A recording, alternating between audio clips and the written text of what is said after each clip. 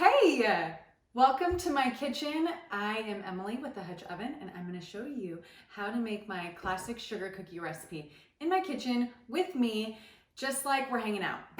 So I have my KitchenAid mixer, I have my cups, my measuring spoons, I have my ingredients. I don't have them pre-measured because I want to kind of show you how I do it in my own kitchen. We're going to use 2 sticks of salted sweet cream butter, and I get mine from Costco. They have some at Safeway. I think it has the most perfect balance of salt in with your butter. If you cannot find this butter, then you can just add the salt. It has all the instructions in my book. Toss in that butter into our mixer. Close our mixer. We're gonna lock it, and then we're just gonna start mixing. Turn it up a little bit. Lock it, and then we're gonna scrape down our sides a little bit so we can just get all that mixed up. Just gonna cream our butter for a minute, and then after that's done, we're going to add our sugars, and we're gonna add our egg and our vanilla to take the sugar. Now, I'm not going to tell you how much I'm using because you do have to get the book to get the recipe, but I'm going to go ahead and scoop in some of my sugar. And the way I measure my sugar is I just scoop it in and I just shake it back off into the bag, so it's just a level cup. It's obviously in a bag, and the way that I measure my powdered sugar is I just kind of fluff the bag a little bit, and then I scoop it out. And you can do this scoop and level method from my book. So I've got it scooped and I kind of shook it off a little bit, and then I'm gonna add that. Then we're going to lock her down again, and we're just gonna mix that in. We're gonna add our egg, and normally you would wanna crack that into a bowl because you don't want any shells in your dough. Very important. After you mix that, we're gonna go ahead and put in our vanilla.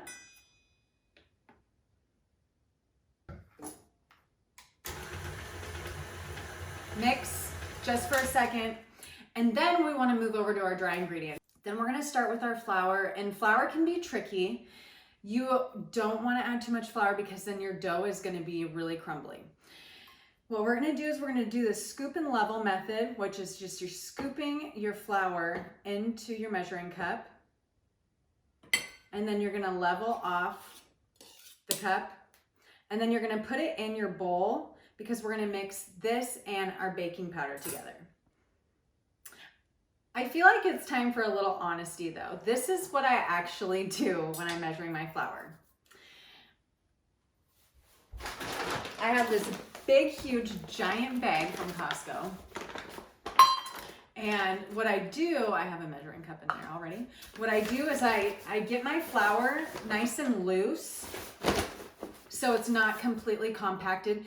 That's the problem with measuring flour. If it's in the bag and it's compacted, then you're gonna add more flour than you actually need.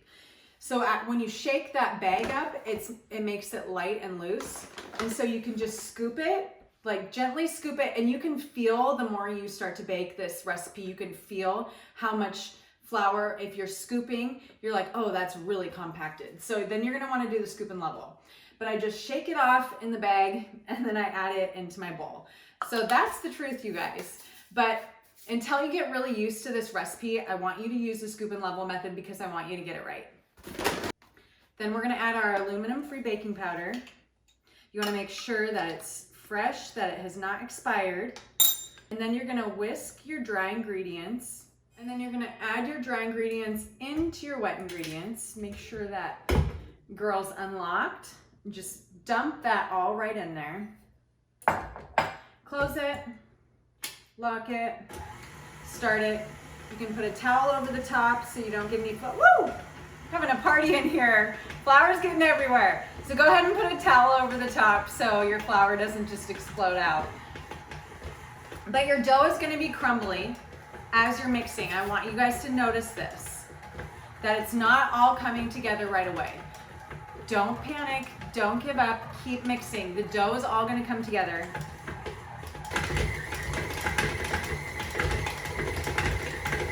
still mixing. And the dough is pulling away from the sides and it's becoming a dough. That's what you want. And so we're gonna unlock and it has now become a dough. This is the exact consistency you want. Move all this aside and it's really good to clean as you go. Then you don't have one big giant mess, but it's fine for today. I take some saran wrap and I just pull out a piece, lay it down, take my dough out of my bowl, just kind of collect it all together.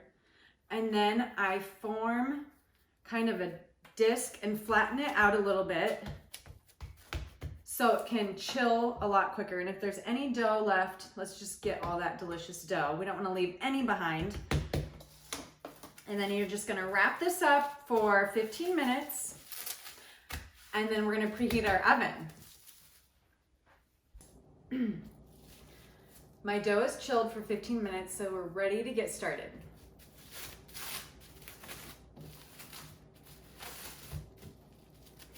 I like to take half of my dough to start, and then I'll move that over there.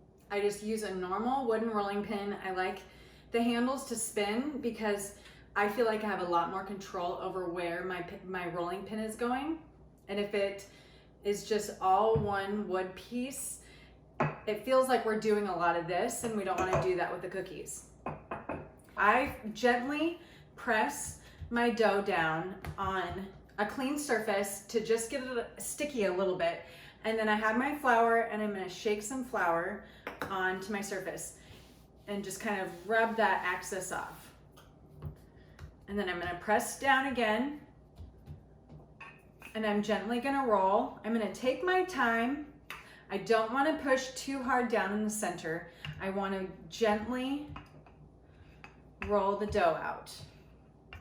And you want it to be all one level. And I feel my dough.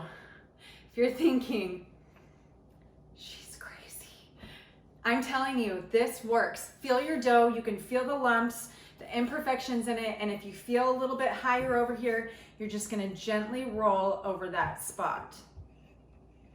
Kind of like the dough whisperer. I'm in my kitchen by myself. I am amusing myself. Okay, so once your dough feels like it's completely flat, just take any shape of cookie cutter. I chose the heart because it's almost Valentine's Day. We're going to press down, and this is about how thick my cookies are. About 1/4 inch thick. You can use a cookie spatula to scoop them up if you'd like. These are the cookie sheets that I use. And you want to remember that these cookies bake just as they look. So if you, when you're peeling your cookie dough up, if you kind of like press your finger into it or give it a little bit of a lip on the cookie, that's what's gonna show up in your final product. I'm gonna take and add more dough, and you don't wanna knead it, you just wanna work it back together. And then I'm gonna reapply some of that flour and then kind of rub the excess off and then press that down and then start to roll out again. And I'm gonna move my cookie dough a little bit with it. That's also a really easy way that you can get your cookie dough nice and flat of our baking sheet. And you can put 6, 8, 12, depending on what size your cookies are. Now I'm gonna bake these beauties up. Okay, I've tidied up my space a little bit. I'm gonna take my cookie spatula and I'm going to gently, oh look, see, they're just beautifully coming right off of the cookie sheet. It's only been about a minute or two, so the cookie sheet is really hot still. And we gotta be very gentle. So we're just gonna gently scoop off those beautiful cookies. They are perfect. Look at that. This is the perfect cookie in my opinion.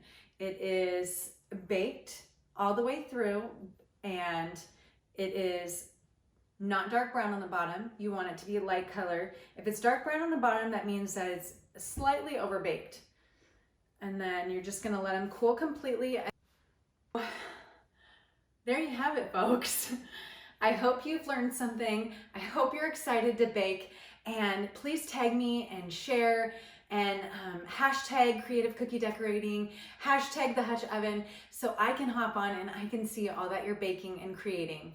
I would love to celebrate you and celebrate everything that you're making along with me.